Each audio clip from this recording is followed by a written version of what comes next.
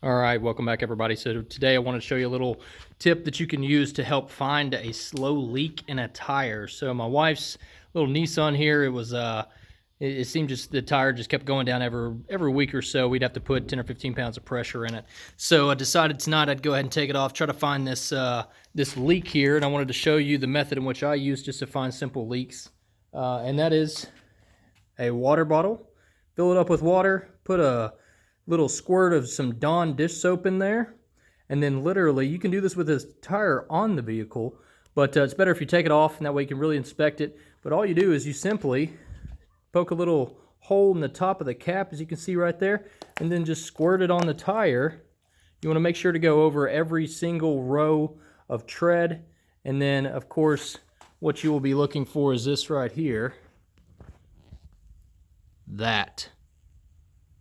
The bubbles. Pardon me while I focus this camera here. The slow leak will create bubbles because of the Dawn dish soap and the water mixture, and it'll show you exactly where you have a small hole. I mean, this hole right here, I looked at it with the naked eye, and it's literally a pinhole.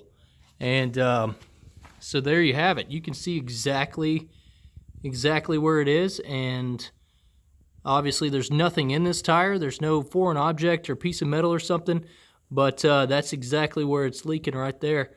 And so yeah, Dawn dish soap, some water, and a little water bottle to make a squirt bottle, and there you have it. How to find a leak in a tire, super fast and easy. And then, of course, you can use your own method in which to plug it, whether you take it to a shop if you trust them to do it, or if you just want to do it yourself with one of those at-home kits. Those work pretty well. I've used them numerous times. So there you have it, how to find a leak in a tire the easy way.